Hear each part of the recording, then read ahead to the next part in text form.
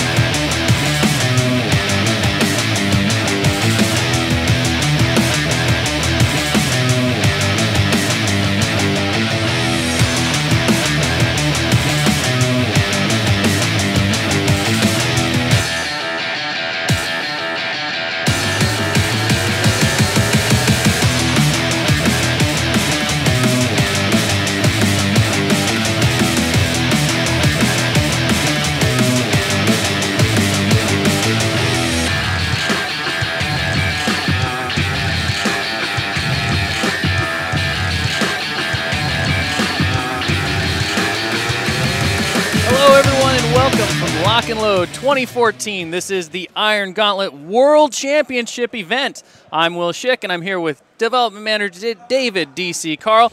Carl, how are you doing today?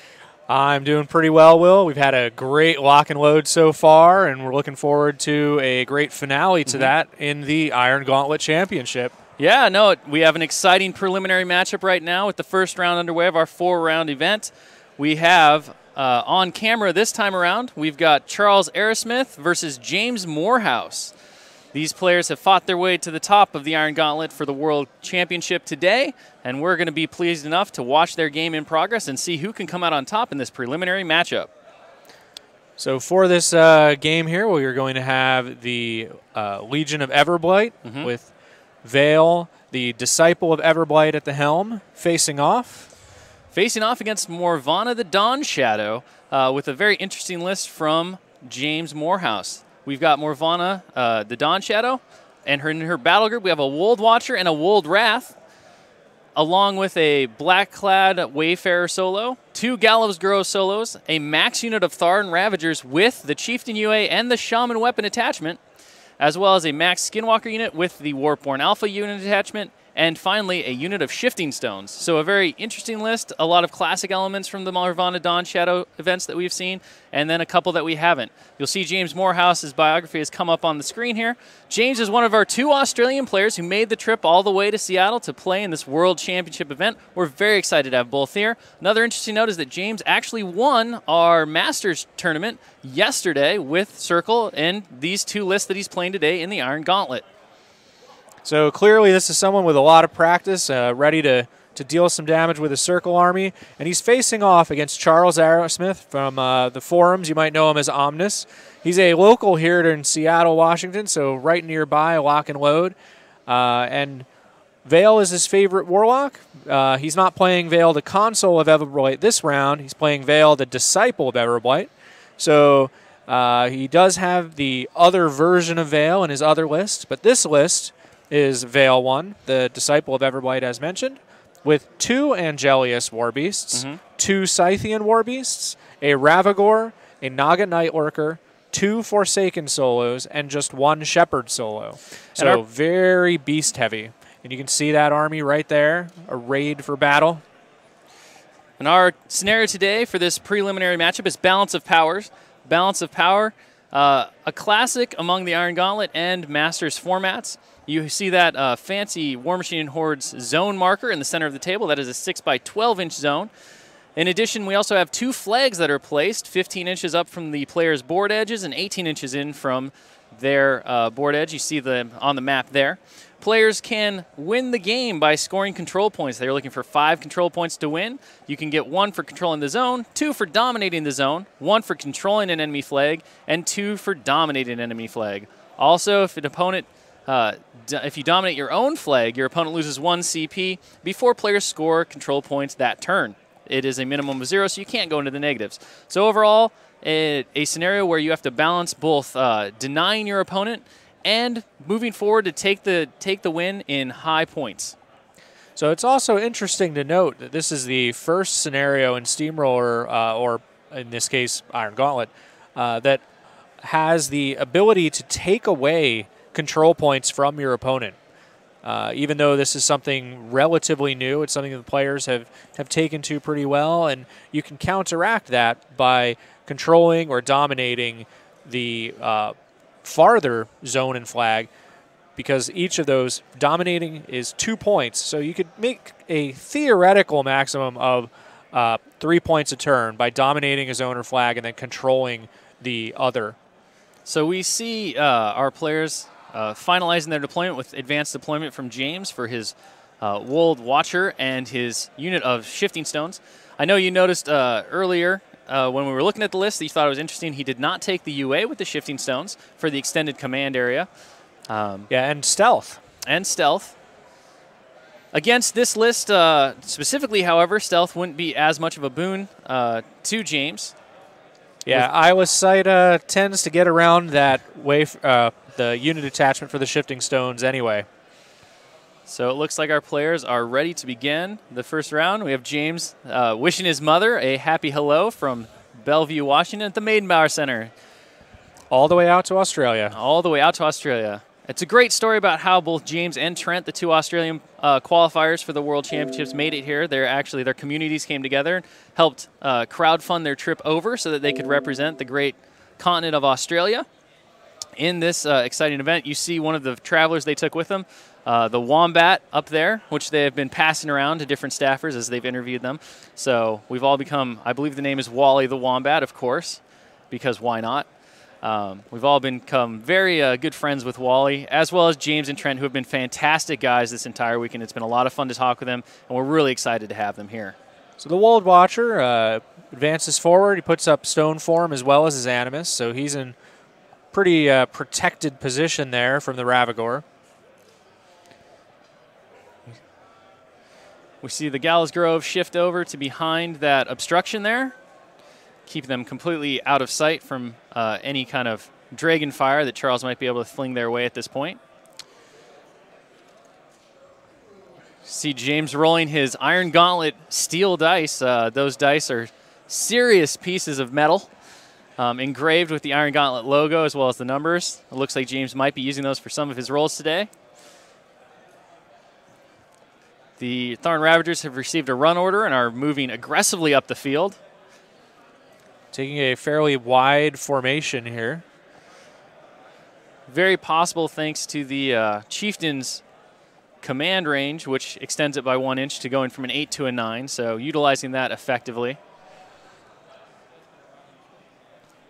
We see a run from the Chieftain, now checking command to ensure that all of the unit remains within formation. And initially he was slightly out, so he moved forward a bit further. Still had several inches of movement remaining. See that last Ravager moving up. And finishing the unit's move in a very forward position. Well, and he wanted to make sure to keep that particular model in a central area, because if the Chieftain does fall, he will pick up the mantle of unit commander. See the Warpbone Skinwalkers getting a run order as well and advancing right behind those Ravagers.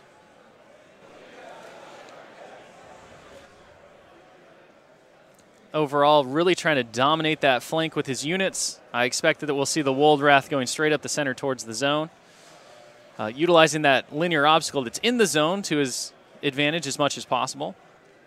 We see Charles measuring Vale's control area a few times there, trying to get a clear idea of where and how the Ravagore could take a potential shot next turn.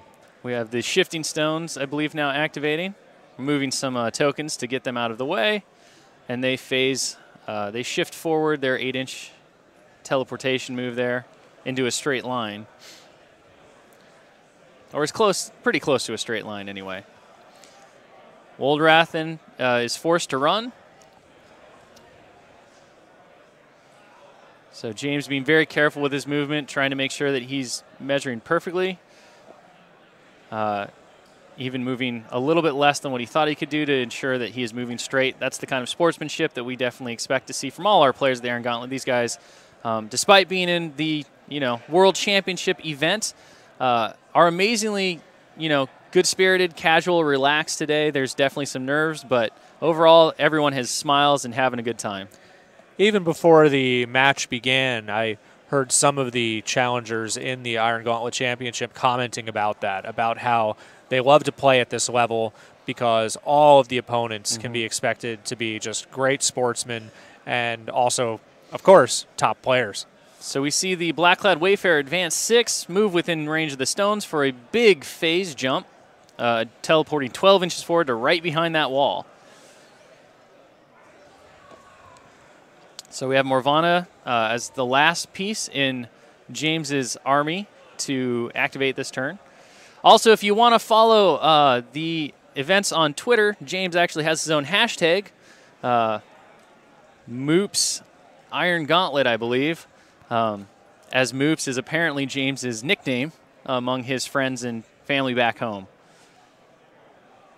I expect we'll see a lot of activity today on various forums, Twitter, other social media, talking about Iron Gauntlet and about these top competitors. And we'll be with you the entire event today with updates, not just from the table that we're covering, but also the other tables to let you know what is happening, how the brackets are moving. So we had a Gallows Grove that activated and shifted first. It's 5 inches. And now we have Morvana activating. We see a channel of Carnivore from the Gallows Grove that just moved up onto the Tharn Ravagers. Fog of War goes up for 3 more Fury.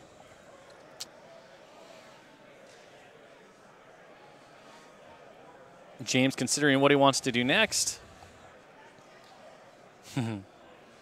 See Morvana making an advance, but just a little bit, so no need to measure because she's got more than enough speed to make it up to the point that he's placing her. It does look like she is within, just barely within the stones area. James is attempting to make sure that she is within the stone area so that she can be teleported if he needs to. With that, James hits his clock and passes it over to Charles for his first turn. Some interesting highlights about James's play experience. He was 4th place at the Open European Team Championship in 2012 along with Trent. He has won CanCon Masters in 2013. He also was an Oz Super Series Invitational 2013 winner, so he definitely has some great past tournament record experience. So, unlike his opponent, Charles has chosen to activate his Warlock as the very first model in his army. Vale has advanced. She has cast the Incite spell to make all of her war beasts more capable in her immediate area. And then she used her her weapon, her Oraculus, to attack the Blackclad Wayfarer. And thanks to Guided, it automatically hit, despite his high defense, despite the cover, and with a boosted damage roll, removed that piece from the field. And the important part there, or the most important part that I would consider as a circle player, is that now there is no longer access to the Blackclad Wayfarer's magic ability that would enable his troops to attack at greater speed without forcing, with the Hunter's Mark spell, targeting one enemy model and really allowing you to dogpile that model. Charles now advancing the Naga Nightworker onto the hill. We see him replacing it with a proxy base as the Naga doesn't want to balance well on that hill. James having a little bit of fun with the camera there as he watches Charles taking his turn.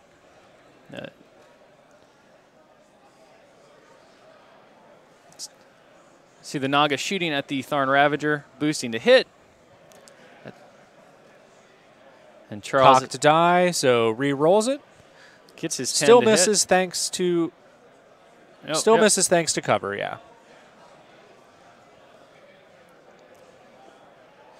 You'll notice on the table that Charles is actually using some of the Fury and Focus tokens that all of the qualifiers from the Iron Gauntlet got. Those are unique, one-of-a-kind Fury and Focus tokens made out of full metal and only awarded to those who make it to the top 16 at this event. It's fun to see those on the table as well.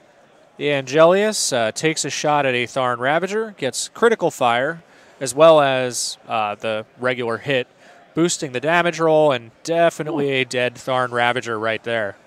Boxcars twice in a row. Well, I should say 2 6s twice in a row. We'll definitely make sure that that's going to happen on your boosted damage rolls. The second Angelius also advances, attempts to take a shot on another Tharn Ravager.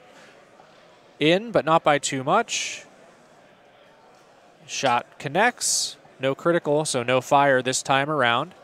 Another boosted damage roll. And that will not finish off this Tharn Ravager. He's wounded, but still standing. Leaves him with 4 points left. He was able to half take down that damage track.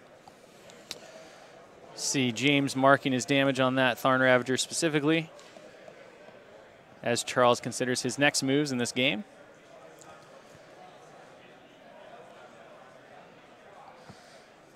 He's considering the Ravagore as his next move here as he ponders the table.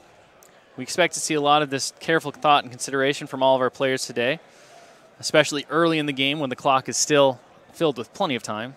Ravagore advances up to a position right next to the Naga Nightworker, uses his Animus to give his attack continuous fire, and takes a shot at one of the Tharn Ravagers, one toward the center there. With boosted hit roll, he just barely connects with that defense 13. And rolls high once again. another great roll, high roll, to take out another Tharn Ravager. And we do now have the placement of the Scather. If anyone steps in that, they'll take a point of damage. As much as I'd love to see the Privateer shield show up on camera, I don't know that James shares our opinion on that right now, considering those always represent the 6s on those dice. No, I think perhaps we've seen them enough for just a little while here, at least for James' liking. Charles is taking stock of the Gallows Groves, even though they're a somewhat unassuming model, being a tree and all, and not having a weapon. Gallows Groves can be truly devastating to an opponent when they are used effectively.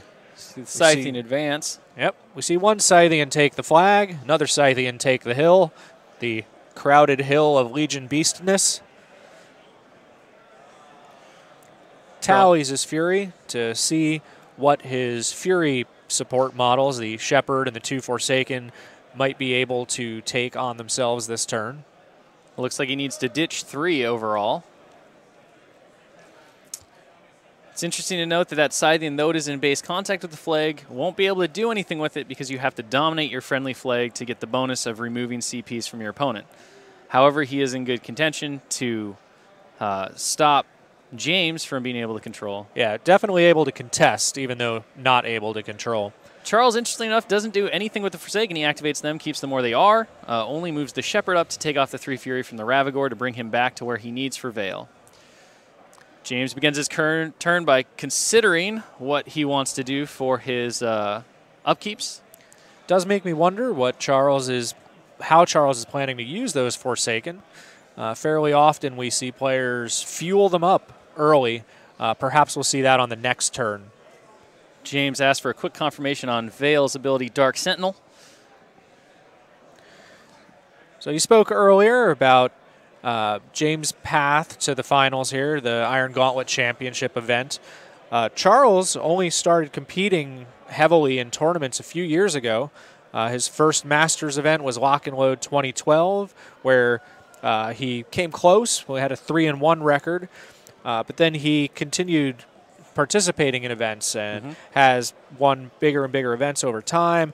Also was able to play in several of the Iron Gauntlet qualifier events, His most notable one being TempleCon 2014, where he faced 5 top players, faced some very challenging matches, as he says himself, and was very, very excited to wind up taking first place in that event in a very, very tough field. And we were fortunate enough to actually live stream at that event where we saw him take on Keith Wraithwitch Denager, excuse me, with that leap from the rake for the win. Right. Yep. For the headbutt to knock her down, and then to watch Vale obliterate her, quite literally, with her spell Obliterate. And so we may be seeing Keith himself later today. He is definitely one of the major contenders right now who's playing in this massive event here with the World Championship title, first ever on the line. James has measured his control area. He's taking some time to consider his options here. You can see him thinking pretty heavily about what he wants to do. He's measured Morvana's control area a couple of times. I think it's safe to say he lost a few more models that turn than he had anticipated. Definitely some, as we noted, some good die rolls on Charles' part. James considering again what he wants to do here. He has the see that Iron Gauntlet trophy there underneath the Wombat. It's to remind everyone what they're playing for here today. That trophy was hand-painted by our extremely talented Matt DiPietro, our studio painter extraordinaire. It is one of a kind in that way, and only one person will walk away with it to put it on their mantle or shelf and have bragging rights as the first ever Warmachine and Hordes World Champion today. That is unfortunate because I'd like to get one of those for my shelf.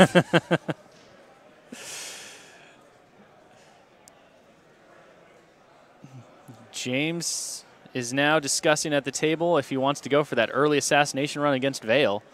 It would be a bold move here, but Vale is in an exposed position. She does have 3 Fury on her for transfers, however, which certainly is no small feat to get around.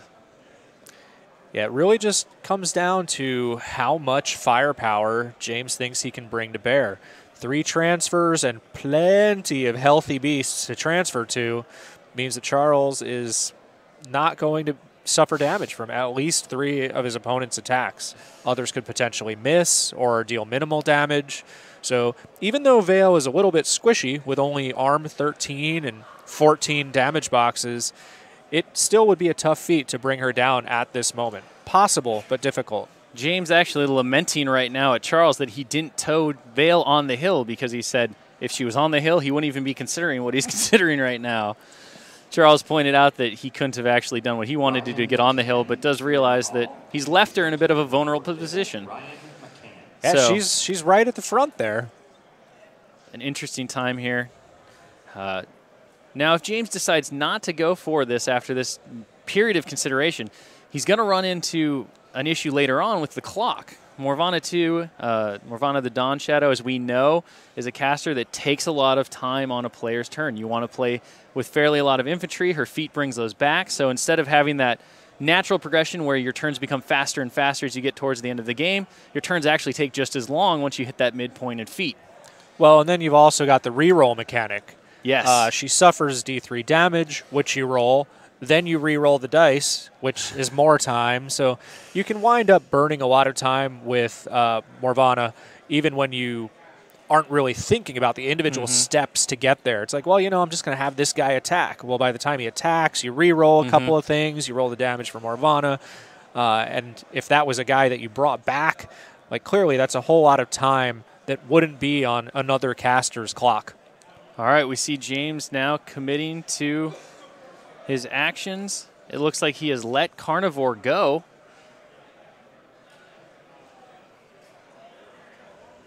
So Carnivore is no longer on the Tharn Ravengers, which is a very interesting choice for a Morvana 2 list.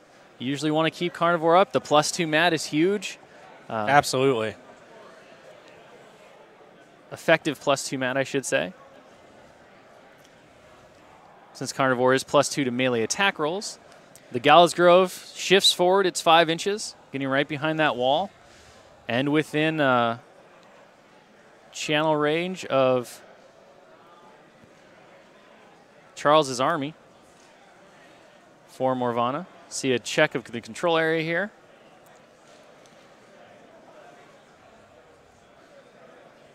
Are we about to see a... You see again here some of the great sportsmanship. James had placed the Gallows Grove, realized that was not the position he needed, and then asked Charles if it was okay if he shifted position since he hadn't moved off that activation yet. Charles, being the great sport that we expect from all of our competitors here, having seen them play game after game at these events, said, no problem, man, move it to where you need to do so. Activating the Woldrath now. So I expect we'll see the Woldrath Animus at this point. I would as well. And we'll probably see a lightning shot as well from its main gun. Nice heavy power on that gun. Hopefully going to, I'm sure James is hoping to get rid of one of those transfers. So we see a boosted shot to hit Vale. He needs a 12 to hit, thanks to Snow Wreathed, which gives Vale concealment. Charles wants to check the range to see how far away the Woldrath wound up. Just under 10 inches, it looks like, after the measurement there. Needs a 12, gets a 12. On hits, the button. Boost damage.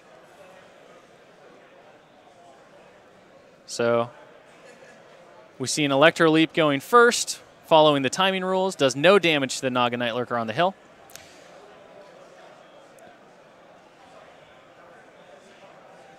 So now we see a boosted damage on Vale, who was hit by the initial strike. This is the important one. Dice plus 2. Decent roll, 12 damage. I would transfer that as well. We see a transfer. Leaving a Vale with only 2 points is probably not where you want to go at this point. Ideal.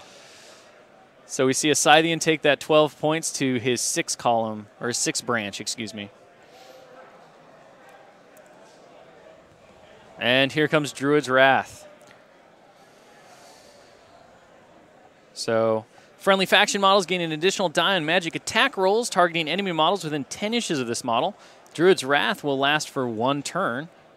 And we do know that Vale is just barely in that 10 inches from the Woldrath. So we see a quick measurement, lifting up that linear obstacle to make perfect turn. But they did measure it before with the lightning strike attack, so they knew it was pretty safe. We see a teleport for the Wold Watcher from the Stones. Going to bring another ranged attack to bear against Vale. So we see him teleport forward, his 8 inches. Staying right in front of the Woldrath. Also providing a little bit of blocking against that Woldrath. See him take a shot. Now because of the teleport, he can't aim. So we're looking at a boosted shot, needing a 12 again to hit. He got the last 12. And gets a he 12 got this again. One too.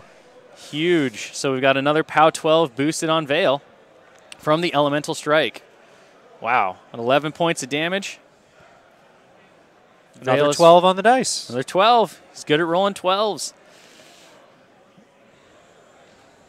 Vale needs to transfer again. Does 11 points to the 2 on a different Scythian this time. So now both Scythians have a decent chunk taken out of them.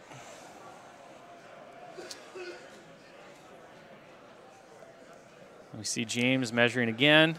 Vale now left with just 1 transfer. Morvana activates. I think we're going to see several Sunder Spirits at this point. Here comes the first one. First one costs 2. We know it's going to be okay for range 10 because we have that Woldrath Animus that we already measured out along with the shots. Boosted automatically. Rerolls using... Rerolls. Yep. She takes 3 damage from the reroll in order to reroll her boosted attack. Hits with the reroll, so off to a good start. Dice -1, no boost.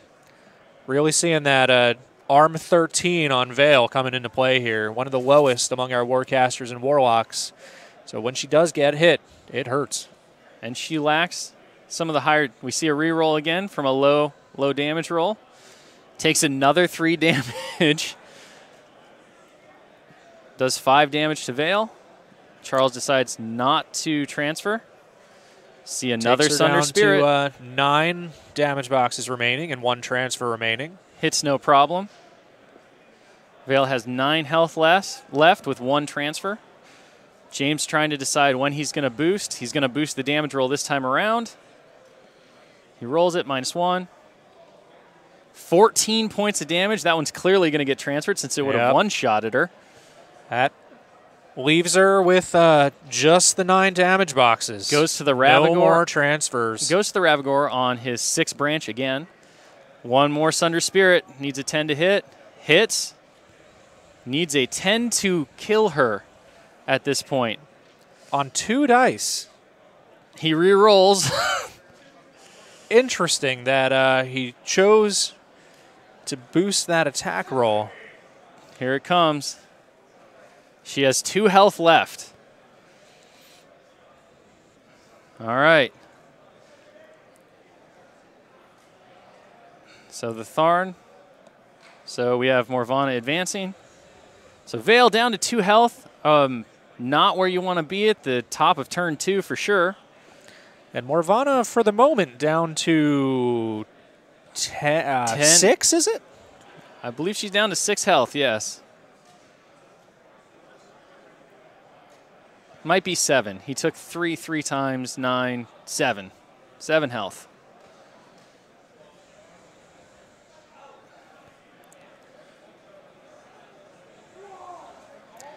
It's unfortunate for James that he lost that Black-clad Wayfarer. That'd be 1 more magic attack that could finish the job here for him. Or it could allow Tharn Ravagers that wouldn't otherwise reach melee with Vale to make their charge. He does have to consider that Dark Sentinel move, which is going to eliminate at least 1. Also lost the Shaman, who was another ranged asset. Right.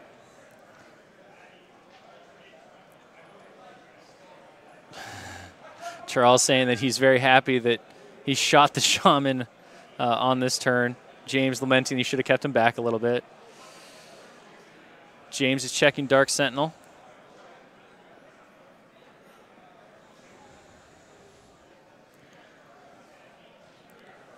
But yeah, like you were saying, it was interesting that he decided to boost the damage roll on the 2nd Sunder Spirit instead of the last one, because he kind of shot his chance to force Charles to transfer that damage roll if he had rolled high on his 2 dice.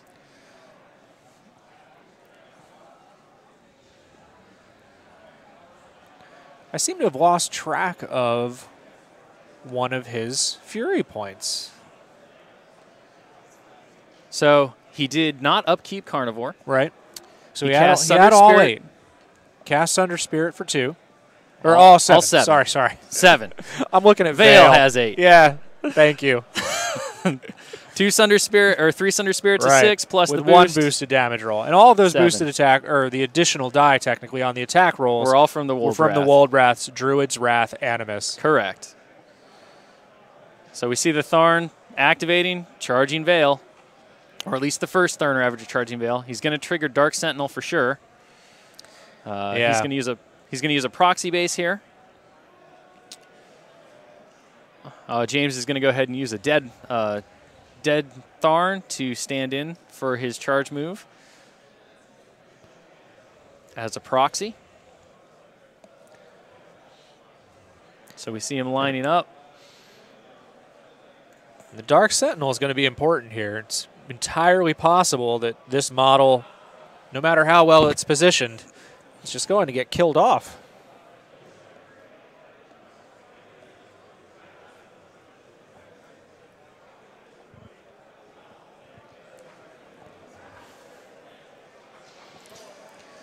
So we see James placing his model where he intends to charge. Now measuring his 9, looking for his range 8 spray to measure it perfectly. So we got him just a little bit too far forward. Moves him back. Definitely still going to be in reach. Definitely, yes.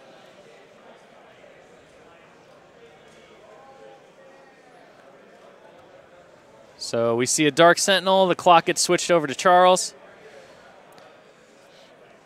James saying that this is the game.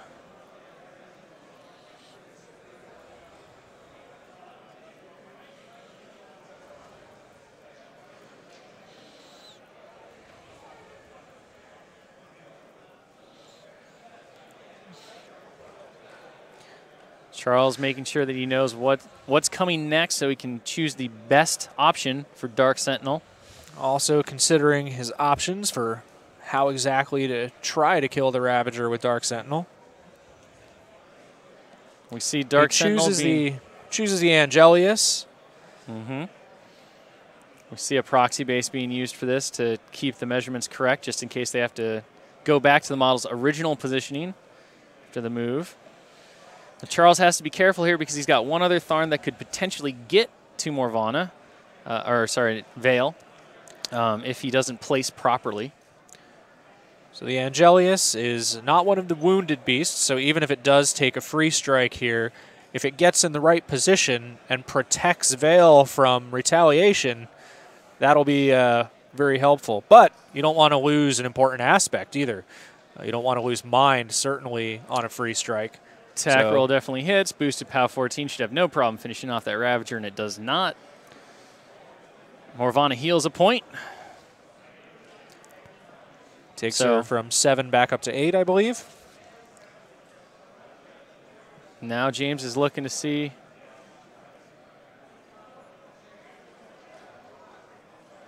We see a quick check for line of sight.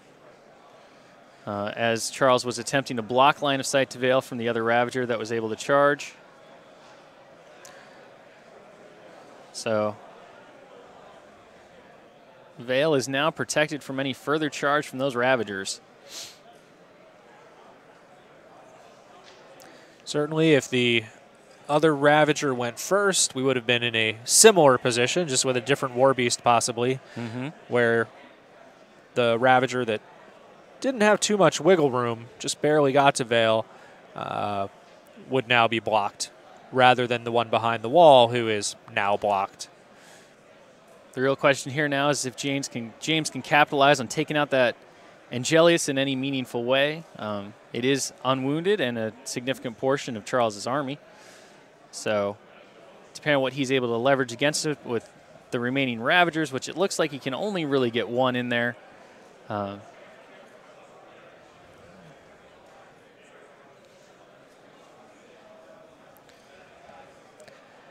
So we see James considering, see a charge against the Naga.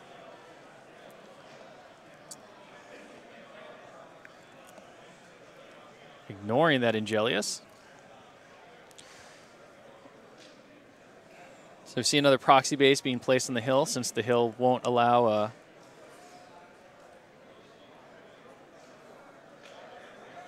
that Tharn Ravager to stand there, just like the Naga, due to the incline.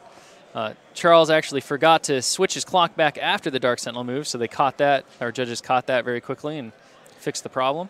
We see that James was very careful not to go past the front arcs on the Angelius. One of the things with proxy bases is if you're going to leave a proxy base on the table, it's very important to have its front arc marked so your opponent knows what way that model is facing. Here come the other Tharn Ravagers. See the trying to run. Oh, go straight through the Scather to take a point. James deciding that the direct route is the best.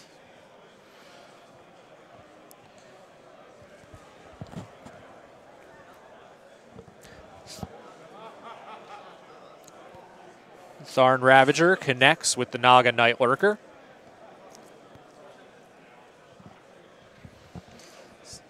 So we see James's plan is to kill the Naga, get a corpse token, and buy an attack on Veil. Yeah, and he noted that was with needing a damage roll of 22 on 3 dice, something that's a very difficult feat on D6s.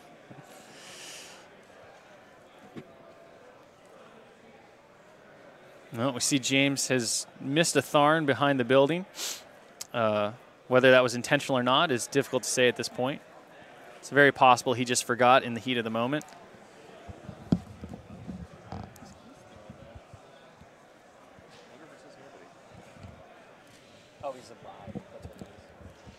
The Warpborn Skinwalkers are finishing their run move here. Some of them getting into position closer to the Legion army, but a number of them still hanging back a bit. The final Skinwalker goes through the Scather Cloud, so it takes a point of damage. And James completes his turn, and it is now Charles's turn to answer after James's attempted assassination at the top of 2. We see Vale cutting for 1.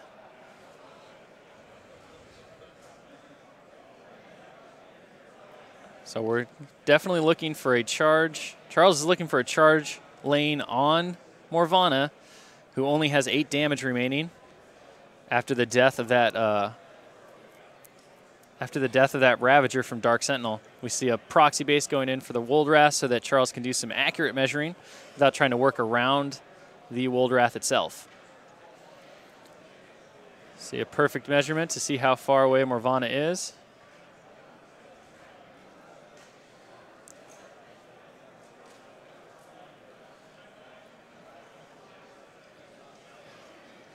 We see the AoE lightning templates, yep. Which Charles cannot stay in if he wants Vale to live without a transfer anyway.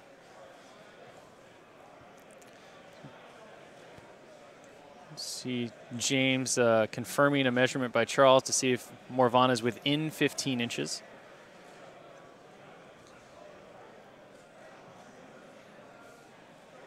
Quick comp. Charles mentioning that he definitely has to leave it.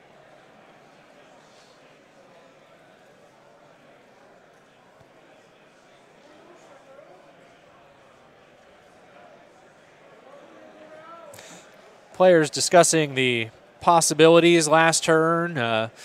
It was a risky decision to go for the caster kill at the top of the second turn. Not usually something that we see, but it was possible.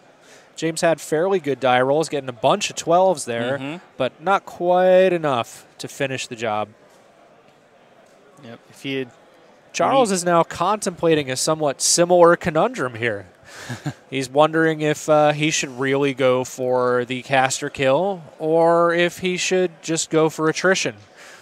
James is assuring him that, you've got it. You've got this game. But we'll see. Anything can happen. Wombats could happen. You see the Wombat sneaking up. Players having fun.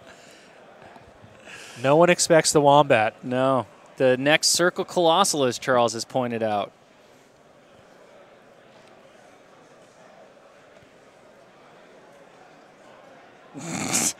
James is letting Charles know about the Australian Drop Bear attack, which is an extra attack that only Australians get to use in Warmachine and Hordes. It's an unconventional tactic. You don't see it often in the States. I'm willing to guess you don't see it too often in Australia either.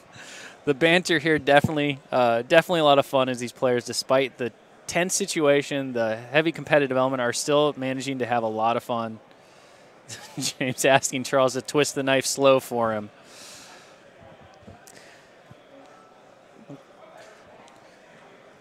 Charles informing James that because he can't go to 8 Fury, his win is not guaranteed, and that's really what's stopping Charles from trying to figure out how to do this. And with Vale at 1 health. Yeah, it's not really what you want. No. Hordes. Not at the bottom of 2.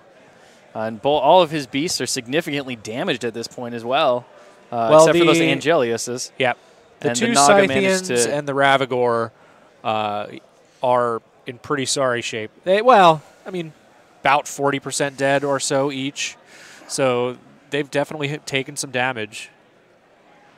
And then the Naga Nightworker, I didn't quite catch exactly what the damage roll was, but it looked like he had a pretty decent roll. So it might also be short in aspect, potentially. Morvana taking refuge behind that Woldrath, it's going to be difficult for Charles to get a great angle. And she does have at least a small portion of her base on the hill, so she's got elevation as well.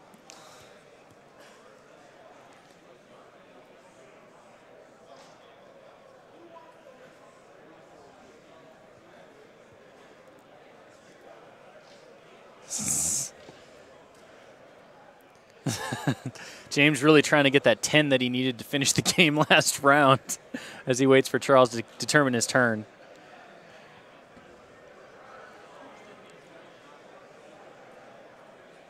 Charles taking some measurements here.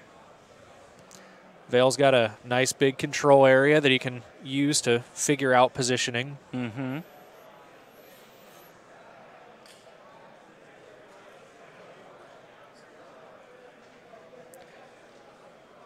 And though it's a little bit hard to tell from our camera angle, it's possible that the Ravagore is also engaged.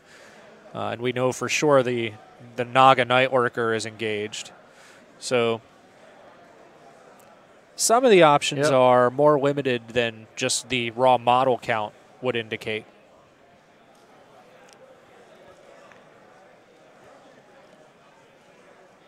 Yep, Ravagore is engaged currently according to our judge on the table, so Charles will have to figure out how to move that beast, remove that Tharn if he wants to be able to take the shot in any kind of meaningful way. Well, and he's definitely got options to do that. He needs inside up, or otherwise he'll be looking for 12s on 3 dice, which is actually exactly what James was looking for on several of his shots last turn, but managed to get. However, he also had the benefit of rerolls. Yeah, you can't really undersell the importance of Morvana's ability to reroll the dice. That capability changes the odds so much. It's even though it does deal her damage, it's so useful to be able to take a normal roll that would be like, oh, well, you know, it's only a 50-50 shot, or even a little bit lower, like needing those 12s. But being able to do it twice makes it a vastly different chance. So here comes the Scythian, trying to kill that Ravager, finish it off. And it is smooshed. Or sliced, or something. Because Slaughterhouse wasn't up from the Scythian, he was able to allow James's Morvana to heal. Since it was not removed from play, it was destroyed from Imperishable Conviction, so she is now up to 9 health, which may make a difference here. If Charles has to clear out a lot more models, Morvana's going to continue to gain those health points back, and it's going to go from an easy one-hit shot to potentially a higher shot. Morvana's arm of 15 is certainly decent in the realm of Warlocks. And a Def 17 on the hill is certainly going to have a large impact on his ability to hit as well. Absolutely. So we see the Angelius now advancing up. It's going to attack another Ravager here, it seems, because he is definitely close enough to be engaged. And here we go, proxy base. Trying to stay on the hill with those large models is definitely slightly difficult. Especially things like an Angelius, where you have the weight a bit higher up than many of the models are. Comes the attack, connects, destroys that in-the-way Ravager with an armor-piercing shot fairly easily. See the overtake, 1 inch. And we see the Angelius deciding if it's going to take another attack on that other Ravager. It's an interesting conundrum. While attacking things and killing them is always good, it's also a little bit dangerous because Morvana will heal another point. So instead, Angelius uses its Animus. So here we go. We've got some repulsion going on. Pushes that Tharn Ravager 3 inches directly away.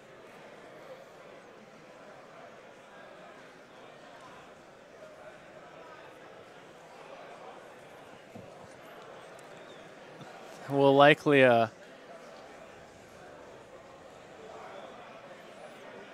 see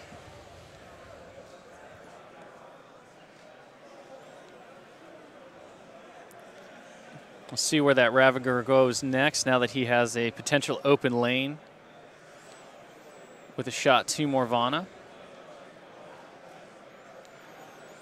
Somewhat interesting placement by James last turn. I think he was a little frazzled from failing his assassination roll.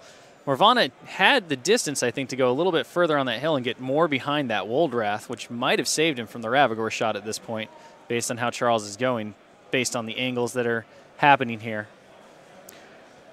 Yeah, I think that that's correct. He did have to go around those shifting stones a bit, so he lost some movement there.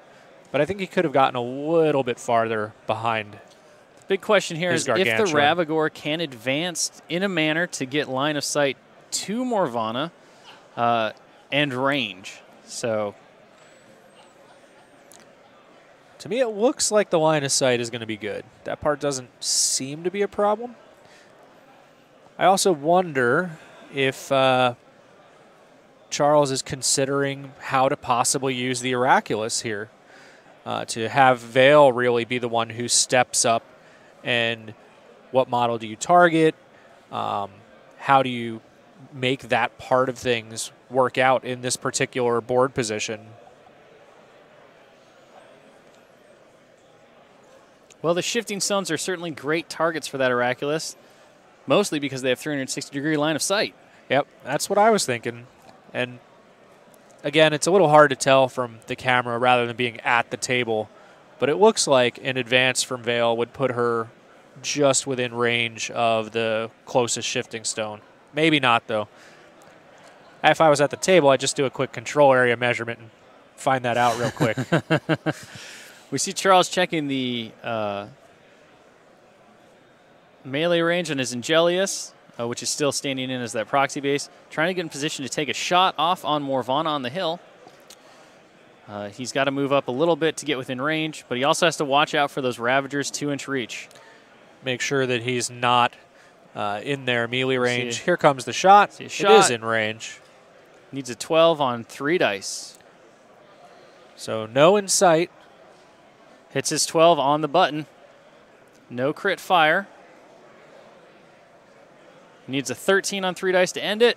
And there it is. 13 it is. Exactly James a 13. Taken out on exact amount. 2 more of those Privateer Press skulls show up along with a 1 to finish things off. An amazing game here with Charles Arrasmith taking the game by caster kill, eliminating Morvana 2 with an Ingelius shot after James failed his assassination run at the top of turn 2. Fantastic game, very tightly played, a lot of thinking and thought as our players tried to figure out how best to do it. Very exciting, a very exciting opening here to our Iron Gauntlet World Championship. We'll have more on the way, including updates on the preliminary matchups and the winners of those events as we continue on today. We'll also be coming back with our quarterfinal match against our next 2 opponents after the close of the preliminary round. So stick with us. We'll be back with more updates soon, and thank you for watching. We'll be seeing you in a short while.